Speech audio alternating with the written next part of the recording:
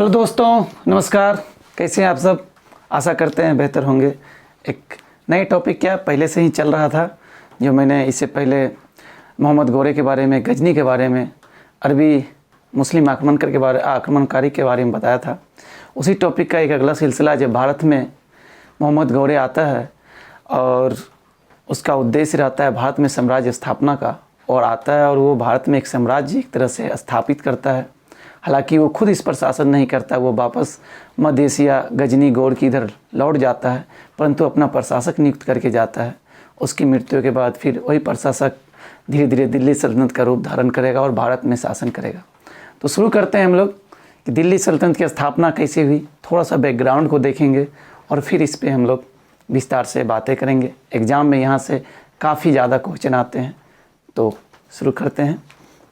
देखो, दिल्ली सल्तनत की स्थापना, हालांकि इससे पहले थोड़ा बैकग्राउंड में चलते हैं। 1191 और 1192 का दो युद्ध हमने पढ़ा था।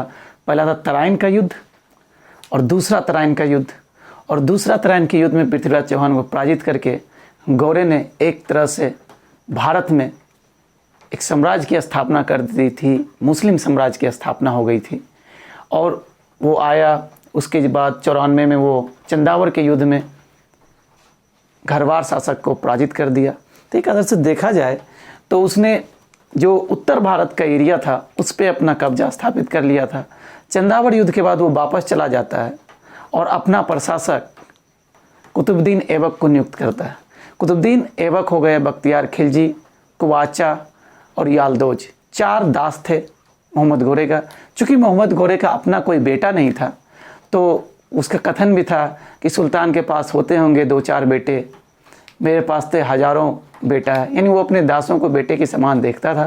तो उसके प्रमुख 4 दास थे, जिसे उसने गद्दी बाद में जब मरने के बाद वो अपना साम्राज्य बांट देगा। फिलहाल तो वो ऐबक को यहाँ का प्रशासक नियुक्त करता है।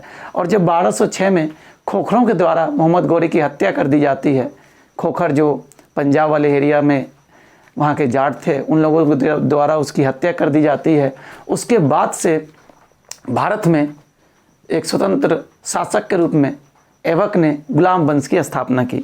इसको गुलाम वंश इसलिए कहा जाता है कि कुतुबुद्दीन ऐबक जो था वो मोहम्मद गोरे का गुलाम था। निसापुर के बाज़ार में फ़खरुद्दीन काजी हुआ करते थे, उसने इसे बचपन में ख़रीदा था। बाद में यह मस्जिद में था, बहुत अच्छे सुरीली आवाज़ में ये कुरान का पाठ करता था। तो वहाँ से फिर मोहम्मद गोरे ने इसे ख़रीद कर लाया था। एक तरह से ये गुलाम था, तो गुलाम शासक बन गए, इसीलिए इस वंश का नाम ही गुलाम वंश पड़ा। क्योंकि जब कुतुबुद्दीन ऐबक शासक बना या यहाँ का प्रशासक बना, उस समय तक वह गुलाम था और इसने कभी सुल्तान की उपाधि भी धारण नहीं की। ये भी याद रखना, एग्जाम में अक्सर क्वेश्चन पूछे जाते हैं कि कौन सा शासक था जिसने सुल्तान की उपाधि धारण नहीं की। तो याद रखिएगा, वो था हमारा ऐबक, दिल्ली सल्तनत का शासक जिसने सुल्तान की उपाधि धारण नहीं की। और पहला शासक दिल्ली सल्तनत का जिसने सुल्तान की उपाधि धारण करेगा वो इल्तुतमिश था। ये दोनों क्वेश्चन इंपॉर्टेंट रहता है। तो स्टार्ट यहाँ से करते हैं 1206 और 1290। अगर देखा जाए तो गुलाम वंश का जो शासन काल रहा 1206 में, जिसकी स्थापना कुतुबुद्दीन ऐबक ने की, वहाँ से लेकर 1290 तक शमसुद्दीन कैमुर्स के तक इसका शासन रहा। अंतिम शासक शमसुद्दीन कैमुर्स था और प्रारंभिक शासक कुतुबुद्दीन ऐबक था।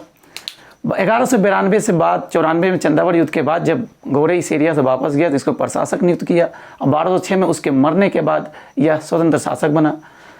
1206 में जब कुतुबुद्दीन ऐबक शासक बना तो उस समय की स्थिति अगर आप देखो तो एक इधर यालदोज को उसने गजनी का क्षेत्र मिला। यालदोज जो था, जो उसका एक दास था, उसे गजनी का क्षेत्र मिला। कुवाचा जो उसका एक और दास था, उसे सिंध मुल्तान का एरिया मिला। और कुतुबुद्दीन ऐबक को भारत का एरिया मिला। बख्तियार खिलजी के बारे में मैंने पहले ही बताया था कि वो लक्ष्मण सेन को पराजित करने के बाद नदिया से राजधानी लखनौती लेके चला गया था। वहाँ पर उसका कुछ ज़्यादा ही मन बुलंद हो गया था, तो फिर वहीं पर अली मर्दाना से युद्ध में वो पराजित हो जाता है और उसकी हत्या कर दी जाती है। तो बख्तियार खिलजी का कहानी तो ख़त्म था। ये 3 दास जो थे जिनके बीच थोड़ा बहुत संघर्ष हो सकता था, तो कुतुबुद्दीन ऐबक ने कूटनीति का सहारा लिया। इसने यालदोज और कुवाचा के साथ अच्छे संबंध बनाए, नरमता के साथ पेश हुआ। चूँकि भारत में नया नया साम्राज्य बना था, तो ये इस सब चीज़ों को देख रहा था, इसने बड़ा शांतिप्रिय रूप से चला। 1206 में जब यह शासक बनता है तो इसे कई उपाधियों के नाम से भी जाना जाता है। सबसे पहले इसे एक उपाधि था कुरान खां के नाम से भी इसे जाना जाता है। ये क्वेश्चन पूछा गया एग्जाम में कि कुरान खां के नाम से किसे जाना जाता है, तो कुरान खां के नाम से कुतुबुद्दीन ऐबक को कुरान खां के नाम से कुतुबुद्दीन ऐबक को जाना जाता है। चूँकि मैंने अभी बताया था कि मस्जिदों में ये बहुत सुरीली आवाज़ों में कुरान का पाठ किया करता था, इसीलिए इसको कुरान खां का नाम से जाना जाता था। तो पहला सवाल आपको यहीं से बन जाएगा कि कुरान खां के नाम से कौन जाना जाता था, तो याद रखना है कुतुबुद्दीन ऐबक। लाख बख्श, यह लाखों का दान देता था, बहुत ज़्यादा दयालु प्रवृत्ति का था। क्योंकि ये खुद दास रहा था तो ये दास के मतलब गरीबों की हालत समझ सकता था, तो बहुत ज़्यादा दान करता था। दान पुण्य का काम करने के कारण इसे क्या कहते थे, लाख बख्श कहते थे। हातिम ताई भी इनका एक उपाधि था, हातिम ताई। हातिम ताई सीरियल देखे होंगे आप लोग, मतलब अच्छे हृदय वाला, उदार हृदय वाले लोग को हातिम ताई बोला जाता है मुसलमानों में। तो हातिम ताई के नाम से भी इन्हें जाना जाता था, तो ये भी याद रखना है, हातिम ताई के नाम से इनको जाना जाता था। और ये खुद कभी सुल्तान नहीं बने, इन्होंने मलिक की उपाधि धारण की या सिपा सलार की। इन्होंने खुद को मलिक व सिपा सलार बताया, तो ये भी पूछा जा सकता है कि मलिक और सिपा सलार की उपाधि किसने धारण की थी, तो आपके आंसर होना चाहिए कुतुबुद्दीन ऐबक ने धारण की थी। कुतुबुद्दीन ऐबक जब भारत में था तो मोहम्मद गौरे के कहने पे उसने 2.5 दिन का झोपड़ा का निर्माण करवाया था। 2.5 दिन का झोपड़ा 2.5 दिन में निर्माण हो गया था, इसीलिए इसका नाम 2.5 दिन का झोपड़ा पड़ा है। और ये अजमेर में है। कहाँ पे? अजमेर में। क्वेश्चन इससे आते हैं कि 2.5 दिन का झोपड़ा कहाँ पे? अजमेर में। इसके पीछे एक छोटा सा कहानी है कि बिगड़ा राज बिसलदेव चतुर्थ ने संस्कृत विश्वविद्यालय था अजमेर में, उसी के स्थान पे इसने 2.5 दिन का झोपड़ा बना दिया था। उस विद्यालय को सरस्वती कंठाभरण्य के नाम से उस समय जाना जाता था, या संस्कृत महाविद्यालय के नाम से जाना जाता था। अगर एग्जाम में पूछा गया कि 2.5 दिन का झोपड़ा किसके स्थान पर बनाया गया, तो आपको याद रहना चाहिए कि वो पहले संस्कृत महाविद्यालय होता था, जिसकी स्थापना किसने की थी, वो भी याद रखना चाहिए, बिसलदेव, बिगड़ा राज चतुर्थ बिसलदेव, ये भी याद रखना चाहिए। अब है कुव्वत उल इस्लाम मंदिर। इससे 2 सवाल बन सकते हैं, 3 सवाल बन सकते हैं। पहला सवाल क्या बनेगा कि कुव्वत उल इस्लाम का निर्माण किसने किया इस मस्जिद का, तो कुतुबुद्दीन ऐबक ने किया। दूसरा मोस्ट इंपॉर्टेंट सवाल यहाँ से बन सकता है कि भारत में प्रथम मस्जिद कुव्वत उल इस्लाम मस्जिद था। भारत में प्रथम मस्जिद कौन था? कुव्वत उल इस्लाम मस्जिद था। इससे भी एक बड़ा प्यारा सा क्वेश्चन बन सकता है, तो आपको याद रखना है पहला क्या था, प्रथम इस्लामिक मस्जिद कौन था? कुव्वत उल इस्लाम मस्जिद था, प्रथम इस्लामिक मस्जिद था। इससे एक और क्वेश्चन बन सकता है, बोला जाता 27वें जैन मंदिर था, 27वें जैन मंदिर के स्थान पर कुव्वत उल इस्लाम मंदिर का निर्माण हुआ था। 27वां जैन मंदिर के स्थान पे ये भी सवाल बन सकता है। कहाँ पे है? दिल्ली में है। प्रथम मस्जिद था ये भारत में इस्लाम का, और इसका निर्माण कुतुबुद्दीन ऐबक ने करवाया था। 2.5 दिन का झोपड़ा क्लियर हो गया। किसके स्थान में बनाया गया? संस्कृत विश्वविद्यालय,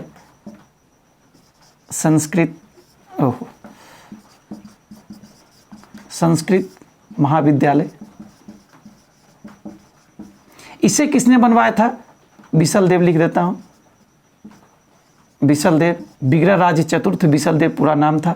इन्होंने बनवाया था, जिसको तोड़कर इसने 2.5 दिन का झोपड़ा बना दिया। Qutub Minar, most important question, Qutub Minar का निर्माण किसने करवाया था? अब वो याद रखना है, कुतुब मीनार का निर्माण किसने करवाया था? कुतुबुद्दीन ऐबक ने करवाया था।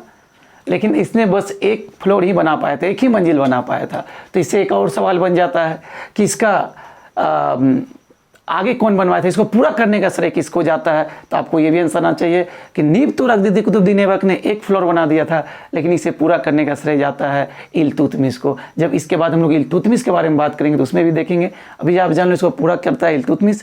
एक बार इस पर त्वरित आघात हो जाता है तो उसका फिर से मरम्मत करवाने का काम फिर उसका तुगलक करेगा, तुगलक वंश का, तो उसको बाद में देखेंगे। कुतुब मीनार की प्रेरणा इसको जाम मीनार से मिली थी। जाम मीनार, प्रेरणा कहाँ से मिला था? प्रेरणा मिला था जाम मीनार, अफगानिस्तान में। अफगान लिख देता हूँ। अफगान में एक मीनार था जिसका नाम था जाम मीनार। उसे इसने देखा था, बड़ा प्यारा लगा था इसको। इसने बोला ऐसा मीनार एक यहाँ भी होना चाहिए। तो इसने एक मीनार बनाया, कुतुब मीनार। आपको पता होना चाहिए जो कुतुब मीनार है विश्व का सबसे ऊंचा मीनार है। सबसे ऊंचा मीनार है। यूनेस्को ने इसे शामिल किया है। कौन शामिल किया इसको? यूनेस्को। यूनेस्को ने इसे विश्व विरासत में शामिल किया है। विश्व विरासत में शामिल किया है इसे।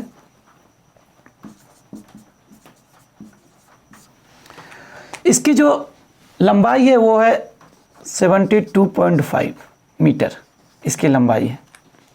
एक बार CHL में एग्जाम पूछ दिया गया था कि कुतुब मीनार की लंबाई कितनी है, तो इसीलिए मैंने बता दिया कि 72.5 मीटर इसकी लंबाई है। तो ये हो गया इसके जो कुछ इन्होंने निर्माण किए थे उसके बारे में। इसके बाद इसके कुछ और महत्वपूर्ण बिंदु को देखते हैं। इसके दरबार में 2 प्रमुख कवि रहते थे जिसने अच्छे अच्छे बुक की रचना किया। एक था हमारा हसन निजामी। इसने एक पुस्तक की रचना की थी, उसका नाम था ताजुर मासिर। क्या नाम था? ताजुर मासिर। ताजुर मासिर किताब की रचना हसन निजामी ने की थी, याद रखिएगा ये नाम। इसके दरबार में रहते थे। एक और कवि इसके दरबार में रहते थे, एक और साहित्यकार इसके दरबार में रहते थे, इसका नाम था फ़क्र मुदब्बिर। तो ये 2 इंपॉर्टेंट अगर एग्जाम में पूछ लिया जाए, किसके दरबार में रहते थे? कुतुबुद्दीन ऐबक के दरबार में रहते थे। हसन निजामी और फ़क्र मुदब्बिर दोनों किसके दरबार में रहते थे? इल्तुतमिश के दरबार में रहते थे। एक चीज़ और याद, मैंने कई बार बताया, अब एक सुल्तान की उपाधि धारण नहीं की।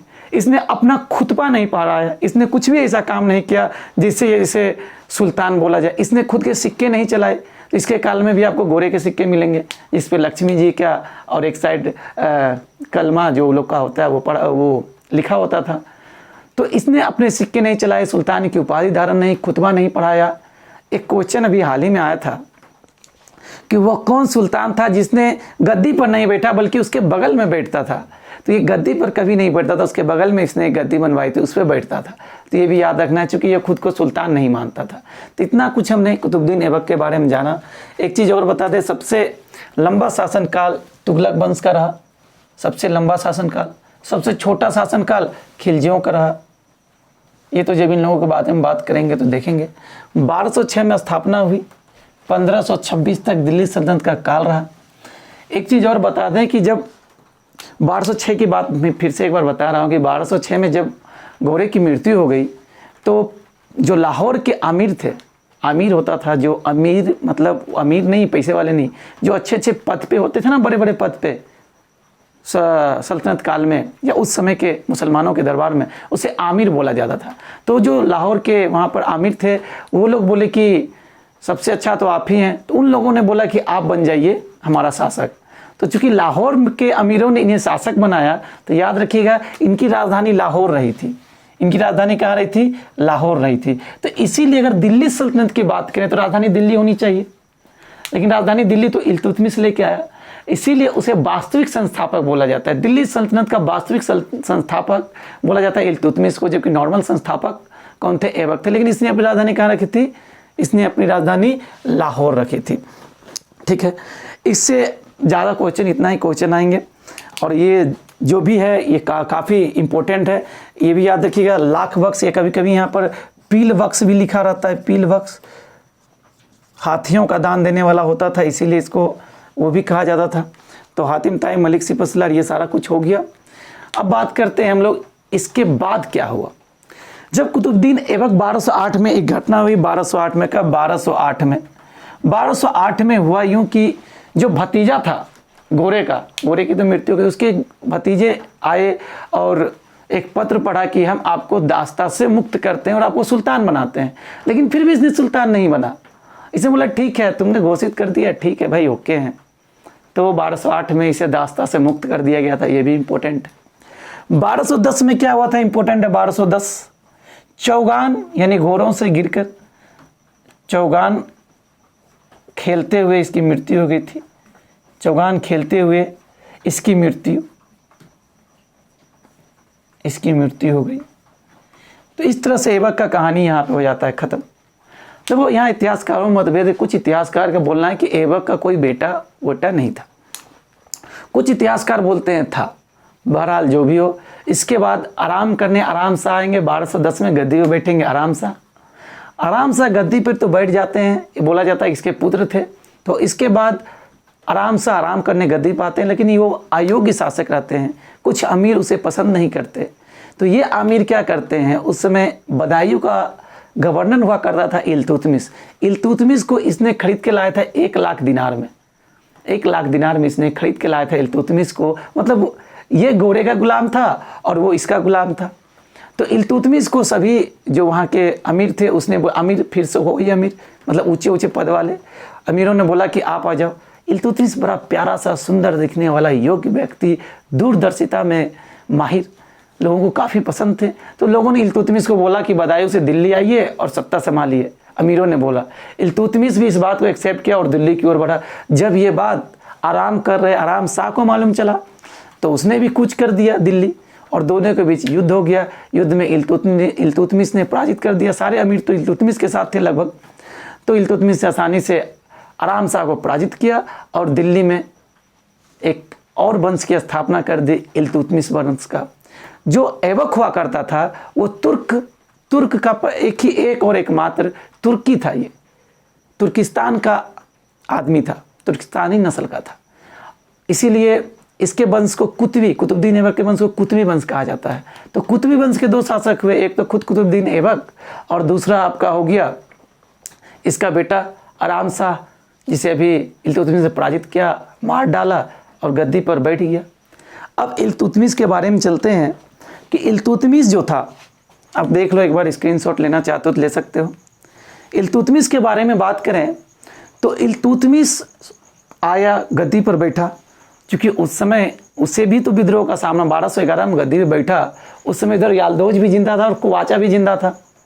इधर कोई बाहरी आके बैठ गया, एक नया वंश सिल्वरी वंश बैठ गया, तो इसमें भी गड़बड़ी थी। तो यहाँ से समस्या शुरू हो गया। तो इल्तुतमिश जब गद्दी पे बैठा तो उसके लिए गद्दी को संभालना और नए नए स्थापित हुए 10-12 साल स्थापित हुए इस साम्राज्य को अक्षुण्ण रखना, उसके लिए एक बहुत महत्वपूर्ण कार्य था। उसने अपनी कुशलता से इस पर अच्छा खासा नियंत्रण हासिल किया। उसने लंबा शासन किया, 1211 से लेकर 1236 तक उसने शासन किया और बड़े अच्छे से शासन चलाया। यालदोज को पराजित करेगा और खलीफा उसको सुल्तान की उपाधि भी देगा। बहुत सारे काम किए हैं। आइए देखते हैं इल्तुतमिश के बारे में। तो ऐबक की कहानी हो गई है हमारी ख़त्म। ऐबक से इससे ज़्यादा क्वेश्चन नहीं पूछे जाते। 2-4 महत्वपूर्ण इसके क्वेश्चन हैं, जो उपाधियाँ ही या फिर जो इसने जो निर्माण करवाया था। इस बार शायद बिहार दरोगा में ये क्वेश्चन पूछा गया था कुव्वत इस्लाम मस्जिद के बारे में। तो ये देखिएगा। अब बात करते हैं हम लोग इल्तुतमिश के बारे में। क्या नाम है? इल्तुतमिश।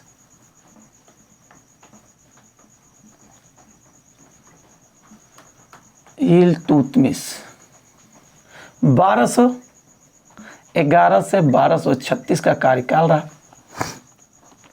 गद्दी पर बैठा 1211 में, सत्ता को शुद्धिकरण की ओर ध्यान दिया। इसने कुछ महत्वपूर्ण कार्य किए, जिसमें से सबसे पहले देखें, इसने अरबी सिक्का चलाया। नहीं, इससे पहले इसके युद्ध देख लेते हैं। पहले इसके द्वारा जो युद्ध कार्य थे वो देख लेते हैं। जब ये गद्दी पर बैठा तो 1215 में तराइन का तृतीय युद्ध हुआ। तराइन का तृतीय युद्ध हुआ। ये क्वेश्चन एग्जाम में पूछा जाता है कि तराइन का तृतीय युद्ध किसके किसके बीच में हुआ था। तो एक और मैंने बताया कि गजनी में यालदोज का शासन था।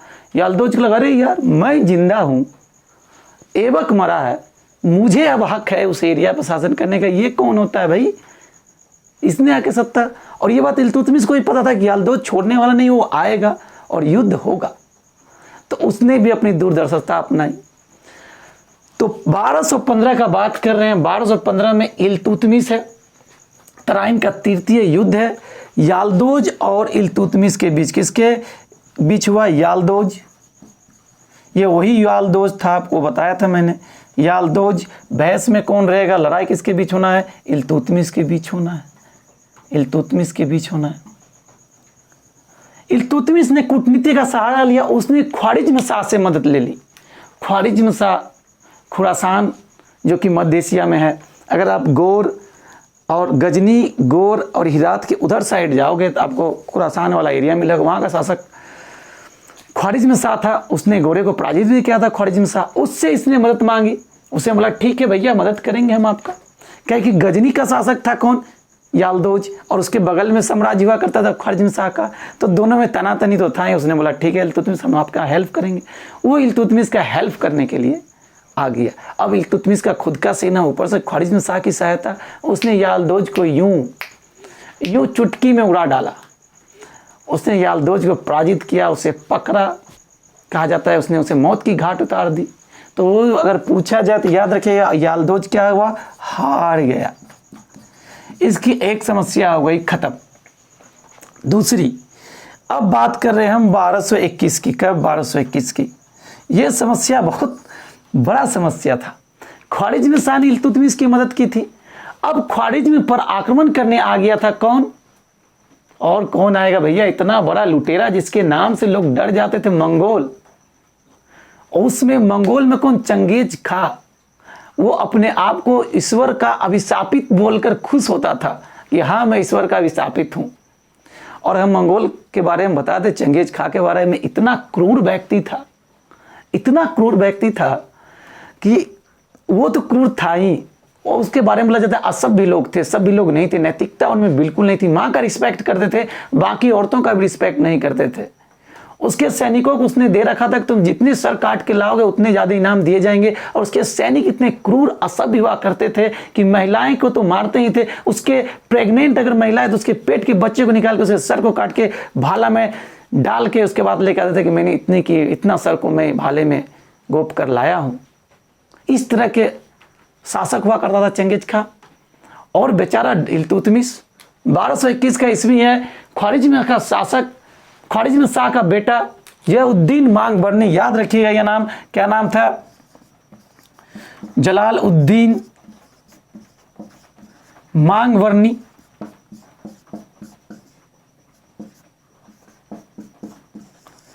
ख्वारिज़्म पर जब चंगेजों ने आक्रमण किया तो ख्वारिज़्म का जो उसमें शासक था जलालुद्दीन मांगबरनी भागता भागता भागता भागता सिंधु नदी पार करते हुए आया, अपना कैंप लगाया और बोला इल्तुतमिश को, उसने अपना एक क्या बोलते हैं वो जो जाता है बताने के लिए, एक राजदूत भेजा कि इल्तुतमिश को बोलो कि मेरी मदद करे। इल्तुतमिश बोला अच्छा ठीक है बोलो, बैठे हो, खाना पीना खाओ, मदद करता हूँ। तो पूछा क्या समस्या है भैया, बोला ऐसा ऐसा बात है कि हम पे आक्रमण करने आ रहे हैं। बोले कोई बात नहीं, हम हैं, आक्रमण का सामना करेंगे, क्या दिक्कत है। बोला दिक्कत कुछ नहीं है, बस चंगेज खा है। बोले तो उसने बोला अरे बाबा चंगेज खा। उसने राजदूत को बोला ये भैया जाइए, जाओ बोल देना जाके जलालुद्दीन मांगबरनी को कि हम सहायता करने के, मेरे पास सहायता करने का भी औकात नहीं है भैया, चंगेज खा का हम सहायता करें, पागल है, बेकार में हम चंगेज खा से दुश्मनी लेने जाए, उतना क्रूर आदमी यार रौन डालेगा हमको। तो उसने कूटनीति के सहारे जलालुद्दीन मांगबरनी को क्या किया, वापस कर दिया। और जलालुद्दीन मांगबरनी का पीछे करते करते जो हमारा चंगेज खा था वो पहुंच चुका था कहां, सिंधु नदी पार कर चुका था। यानी सोचो सिंधु नदी पार कर चुका था, आसानी से घुस सकता था। तो इसने कूटनीति का सहारा लिया और वापस कर दिया बरनी को। बरनी भी बोला ठीक है बाबा जा रहे हैं इल्तुतमिश, मेरे बाप ने तेरा मदद किया था लेकिन तूने नहीं किया, बदला लूंगा। वापस चला गया और उसने पंजाब के क्षेत्र में अपना विस्तार किया, खोखरों को पराजित कर दिया। जाने के साथ उसने एक गुस्साहा आदमी जलालुद्दीन मांगबरनी गुस्सा में, साला इल्तुतमिश ने मेरी मदद नहीं की, वो गया खोखरों को पराजित किया, उस क्षेत्र में अपना शासन विस्तार किया। लेकिन इसका भी बेनिफिट इल्तुतमिश को मिल गया। कैसे मिल गया भैया, तो इल्तुतमिश को डर था कि कुवाचा जो सिंध और क्या बोलते सिंध वाले क्षेत्र में शासन कर रहा था, मुल्तान वाले क्षेत्र में, कहीं वो भी आक्रमण करेगा, इस बात का डर था इल्तुतमिश को। अब खोखरों के पास जीत हासिल की, खोखरों के साथ वैवाहिक संबंध बना लिया जलालुद्दीन मांगबरनी और उस क्षेत्र में अपना विस्तार कर लिया। अब वो और कुवाचा आपस में भिड़ गए। इल्तुतमिश चुप से देखा, अच्छा लड़ बेटा लड़, हम तो देख रहे हैं तुमको। दोनों आपस में लड़ गए, कुवाचा को वहां छोड़कर भागना पड़ा।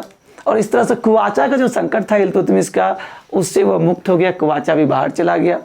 और ये कुछ दिन के बाद जो जलालुद्दीन मांगबरनी था वो भी उस क्षेत्र में अपना एक प्रशासक नियुक्त करके खुद अपना एरिया ख्वारिज़्म में मध्य एशिया चला जाता है। तो इस तरह से वो दो महत्वपूर्ण कार्य किए। एक तो कूटनीति के सहारे चंगेज खा को भगाया और दूसरा उसने पानीपत के याल्दोज को खत्म कर दिया। उसके सभी प्रतिद्वंदी लगभग खत्म हो चुके थे। फिर वो एक काम और करेगा। अब क्या करेगा, मैंने बताया था कि बख्तियार खिलजी को हत्या कर अली मर्दाना, क्या नाम था, ये नाम याद रखिएगा, अली मर्दाना। अली मर्दाना बंगाल का स्वतंत्र शासक घोषित कर लिया था, खुद को बंगाल का स्वतंत्र शासक घोषित कर लिया था। बोला अरे अली मर्दाना क्यों तेज बन रहे भैया, आया अपनी सेना के साथ, अली मर्दाना को भी रौंद डाला, ख़त्म कर डाला, मार डाला, और बंगाल पर भी इसका अधिकार हो गया। इस तरह से इल्तुतमिश ने अपने विरोधियों को भगा डाला, मार डाला, उड़ा डाला, जो करना था कर डाला। अब वो कुछ प्रशासनिक कार्य करेंगे। तो ये बातें तो कहानी थी, बस इसमें इम्पोर्टेंट है आपको 1215 का तराइन का युद्ध है। कुछ और जो मैंने बोला होगा वो देख लेना, इम्पोर्टेंट होगा। अली मर्दाना बंगाल का स्वतंत्र शासक था। ज्योतिर्दिन मांग भरने वाला बहुत इंपॉर्टेंट है, एक क्वेश्चन एग्जाम में पूछा जाता है। ये किसने अपनी कूटनीति के द्वारा चंगेज खां को सिंधु के उस पार ही रोक दिया था, तो ये याद रखना। अब जो इम्पोर्टेंट आता है, इसके जो महत्वपूर्ण कार्य किए गए उसके बारे में हम लोग जानते हैं। प्रथम सुल्तान 1229 में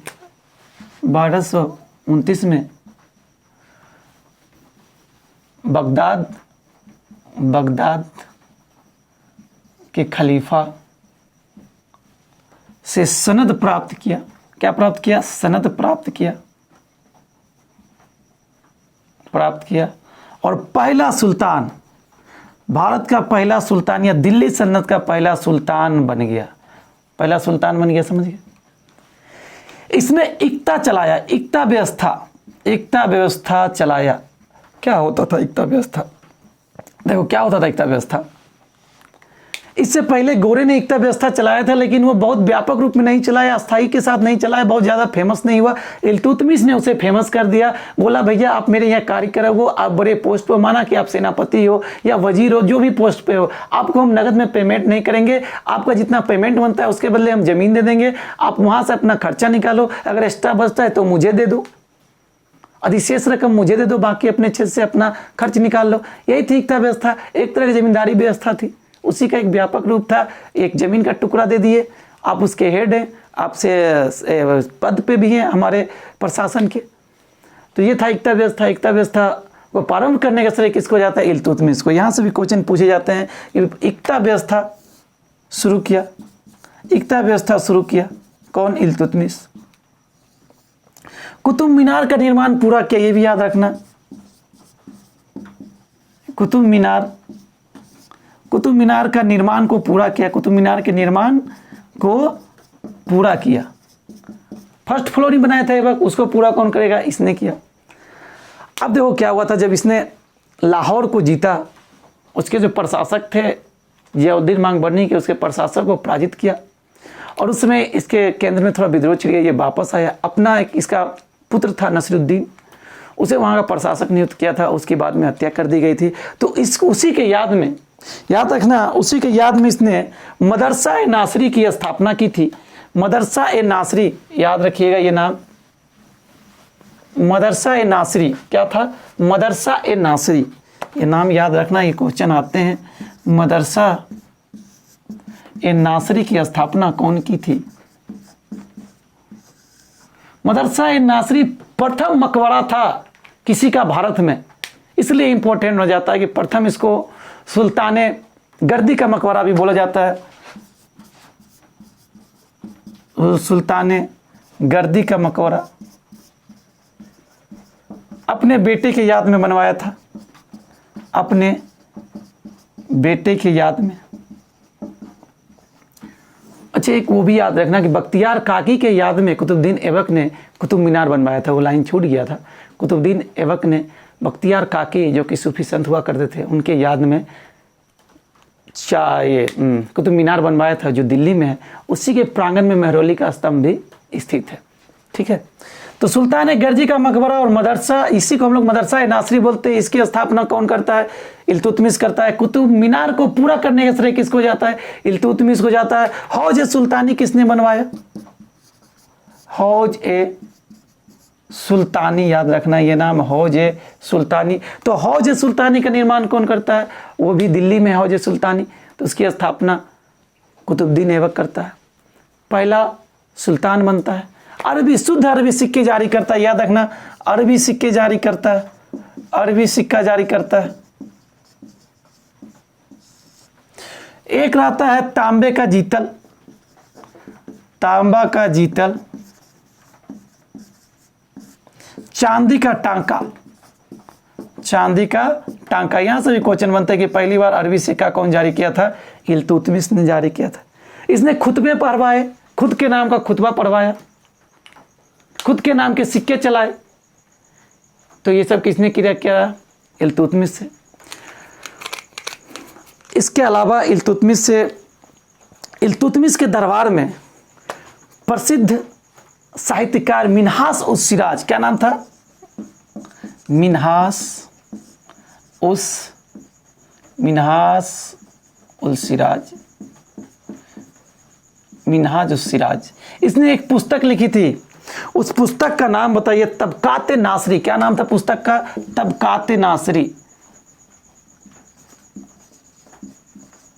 तबकाते नासरी। ये भी याद रखना है हमको कि इल्तुतमिश के दरबार में मिन्हास उल सिराज एक प्रमुख साहित्यकार कवि थे, जिसने तबकाते नासरी की स्थापना कर दी, तबकाते नासरी नामक पुस्तक लिखा। ठीक है, ये भी याद रखना है। 1236 में बामियान एक जगह है अफगानिस्तान के एरिया में, वहाँ से लौटते समय इसका तबीयत बिगड़ जाता है और दिल्ली पहुँचने के बाद इसकी मृत्यु हो जाती है 1236 में। 1236 में इसकी मृत्यु के बाद अमीरों के बीच में प्रभाव काफ़ी बढ़ गया था। एक और सवाल यहाँ से आता है, तुर्क चालीसगामा का गठन कौन किया था? तुर्क चालीसगामा क्या होता था? तुर्क चालीसगामा बहुत बार एग्जाम में पूछा गया। तुर्क चालीसगामा या ऐसे पूछ सकता है 40 सदस्यों का एक ग्रुप हुआ करता था। तो जब ये सत्ता में बैठा शुरू में 1211 में, इसके चारों ओर दुश्मन थे। जिसने 40 अमीर, मतलब अच्छे बड़े पोस्ट पे 40 अमीर तुर्की को नियुक्त किया और इसी को तुर्क चालीसगामा कहा जाता था। और इल्तुतमिश तक तो ठीक था, तुर्क चालीसगामा नॉर्मल रहे, लेकिन इल्तुतमिश की मृत्यु के बाद सत्ता में कौन बैठेगा, कौन शासन करेगा, इसका निर्णय वो करने लगे थे, यानी किंग मेकर बन गए थे वो। ये तुर्क चालीसगामा 40 लोगों का सदस्य था। आपको जान के आश्चर्य होगा कि बलबन जो बाद में तुर्क चालीसगामा का विनाश करता है, वो पहले इसी तुर्क चालीसगामा का सदस्य हुआ करता था इल्तुतमिश के समय में। तो तुर्क चालीसगामा के एक सदस्य बलबन भी था। तुर्क चालीसगामा का गठन कौन किया था? इल्तुतमिश ने किया था। क्या था? 40 तुर्कियों का एक समूह था जो अच्छे बड़े बड़े पद पे थे, अमीर के पद पे थे। उनके निर्णय बहुत महत्वपूर्ण हो गए थे उस समय। और इल्तुतमिश की मृत्यु के बाद तो इसने पूरा साम्राज्य पे एक तरह से अधिकार कर रखा था। राजे तो उसके बाद कठपुतली सुल्तान बनते थे। इसका पुत्र, और चूंकि ये इसको इलवरी वंश के नाम से भी जाना जाता था, इलवरी तुर्क था, इलवरी तुर्क के कारण इस वंश को इलवरी वंश के नाम से भी जाना जाता है। या कहीं कहीं शमसी वंश के बारे में लिखा आता है, तो याद रखना इलवरी वंश या शमसी वंश, ये दोनों भी इंपॉर्टेंट हैं। इल्तुतमिश ने ये दोनों वंश की नींव डाली थी। अगर देखो तो गुलाम वंश के दिन 3 शासक ने शासन किया। एक था सबसे पहले कुतुबी वंश, फिर शमसी वंश, इलवरी तुर्क इल्तुतमिश आया, रजिया, रुकनुद्दीन, फिरोज, भराम शाह, ये सब इसके हुए। बाद में बलबन ने बलबनी वंश की नींव डाली। तो 3 शासक ने यहाँ पर शासन किया। इस बातों को भी आप लोगों को याद रखना है। बाकी अब इसके बाद रजिया गद्दी पर बैठती है। उसके पीछे पहले रुकनुद्दीन बैठता है। रुकनुद्दीन चूँकि अयोग्य रहता है, रुकनुद्दीन फिरोज, जब वो एक बार विद्रोह, उसके चारों ओर अमीर उससे असंतुष्ट थे, जगह जगह विद्रोह हो रहा था, उसे दबाने के लिए वो जाता है। तो रजिया लाल ड्रेस पहनकर, उस समय जुम्मा का दिन शुक्रवार था और वहाँ पर लोग नमाज अदा कर रहे थे, वहाँ जाती है और न्याय की भीख मांगती है कि मुझे न्याय दो। और इतिहास में पहली बार ये घटना घटित होती है कि एक महिला न्याय मांगती है और जनता उस महिला को न्याय देने के लिए विद्रोह कर सैनिकों के साथ लड़ाई करके उसे वहाँ का सुल्तान बना देता है। इस तरह से प्रथम महिला शासिका रजिया के बारे में हम लोग अगले टॉपिक में बात करेंगे, किस तरह वो सुल्तान बनती है। पहली बार इतिहास में जनता द्वारा कोई सुल्तान बनाया जा रहा है, वो भी महिला। उसके बारे में हम लोग नेक्स्ट वीडियो में करेंगे, वीडियो लंबा हो जाएगा। तो नेक्स्ट वीडियो में मिलते हैं, तब तक के लिए थैंक यू।